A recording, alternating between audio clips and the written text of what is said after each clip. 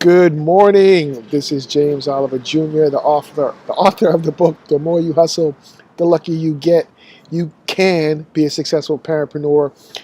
Today I am reading chapter 14 from the book, which is actually one of my favorite chapters. It's called Sometimes When You Lose, You Win. It's a really important lesson that I've learned and continue to learn over and over and over again. And excited to share this chapter with you guys today. So again, you can get the book's called The More You Hustle, The Luckier You Get. You can be a successful parentpreneur, and you can find the book at themoreyouhustle.com or on Amazon Kindle or at iBooks. But without further ado, let's jump right in to chapter 14. Sometimes when you lose, you win. As entrepreneurs, we are out here grinding, chasing big dreams and trying to knock the cover off the ball.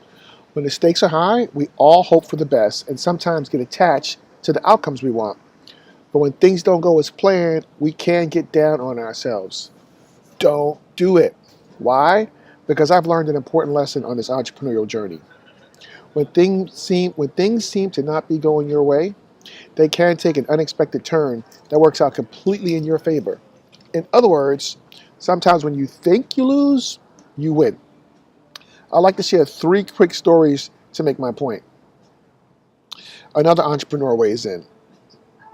I wanted to see if other entrepreneurs had similar experiences, so I reached out to Dino Dogan, founder of Triber, a platform that helps bloggers solve the problem of writing blog posts that no one reads. It does so by helping bloggers develop a community of sharing and support with other bloggers. Below is Dino's story about making vodka mint lemonade out of lemons. Quote, imagine having thousands of people tweet you, Skype you, email you, call you, just to tell you that your company has closed down. What happened? I forgot to renew Triber.com. It was probably the stupidest, scariest, most embarrassing thing I've ever done, or didn't do in this case. I thought Triber.com was set to auto-renew, but that simply wasn't the case. The domain expired, and luckily there was a grace period which allowed us to buy back the domain name. We did, but not before thousands of people got to see a bunch of ugly ads where our homepage used to be. Things looked bleak that day, but we sent out a newsletter to all our users, published a blog post about it, and instead of a huge backlash, we got a huge show of support from our users. Comments ranged from, quote, this only proves you're human, unquote, to, quote, thanks for reminding me to check my renewal settings, unquote. We got a write-up on Yahoo because of it. And almost 2 years later, it's a kind of cool story to tell. Funny in retrospect, I suppose, unquote. End quote. I cringed when I read this story because the thought of losing the WeMontage.com domain is horrible. But despite the drama of his expired domain, Dino was proactive about letting users know what happened, which is always a smart thing to do. And he got a feature in Yahoo? Seriously? I can only imagine the amount of increased visibility that gave Dino and Triber. From crickets to crazy traffic. A while ago, I wrote an article about why entrepreneurs can't rely on PR alone to drive sales. It's just too unpredictable. In that post, I shared how my business received an incredible review on the blog of an icon in the home decor space, but to my surprise, it didn't drive much traffic to my site. I said I believed there was still a chance that article could have an impact on my business, and it absolutely did. It got picked up by Yahoo in a DIY maker section of their site, and the results were pretty cool. Here's a Google Analytics chart that shows the impact of the Yahoo article after 2 days. In 2 days, the Yahoo article drove 7,000 visits to my site, which is huge since I normally get only a few hundred visitors per day. And it added $2,600 in revenue. The conversion rate those 2 days was low at 0.38%, but that was expected because most users don't buy the first time they visit the site. And thankfully, I use an email capture form on the site via GetDrip, so I had hundreds of new users in my drip email funnel that resulted in several thousand more dollars in sales the rest of August. The other thing to note is the DIY and makers market is not my core customer. Moms are. So I knew the conversions would not be through the roof. At first, it seemed like I lost with the home decor icon article, but I ultimately won because of it.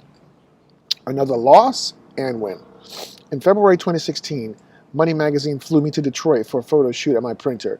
It was for a feature article that was supposed to appear in the April print issue, which goes on newsstands the end of March. The April issue couldn't come out fast enough because for me because my business needed a PR jolt badly. I was trying to get out of the cash flow hole from a Groupon deal I did in the fourth quarter of the previous year. In early March, the magazine emailed to tell me the feature was being pushed back a month to the May issue, which would go on newsstands at the end of April. Well, not the end of the world. I was bummed because, like Pookie from New Jack City, I needed that PR hit badly, son.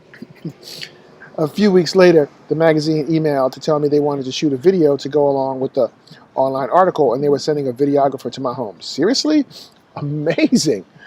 The video they created allowed me to tell my story of the startup journey that I wanted to share for a long time on a large media platform. So that was a huge win. Plus, I got a nice boost in sales. And it wouldn't have happened if the original publishing date for the story had been pushed back. While losing, but actually winning, doesn't happen all the time, it does happen often enough that you should remember this when things don't go your way. Don't worry, because the loss could completely swing around in your favor and something more awesome than you might have imagined. And be something more awesome than you might have imagined. Not enough coffee yet. So hang in there, y'all. All right, so that's the end of chapter 14. Actually, I have more stories about how I thought I lost and won. And anyway, I can tell you about it if you want in the comments. But thanks for stopping by. Again, the book, you can find it at themoreyouhustle.com. Tag a friend who's a parentpreneur or an entrepreneur or thinking about taking an entrepreneurial plunge. I think they'll find some inspiration in these real life lessons that I share in the book. Again, you can get the book at themoreyouhustle.com, iBooks, Kindle. Appreciate you guys. Peace.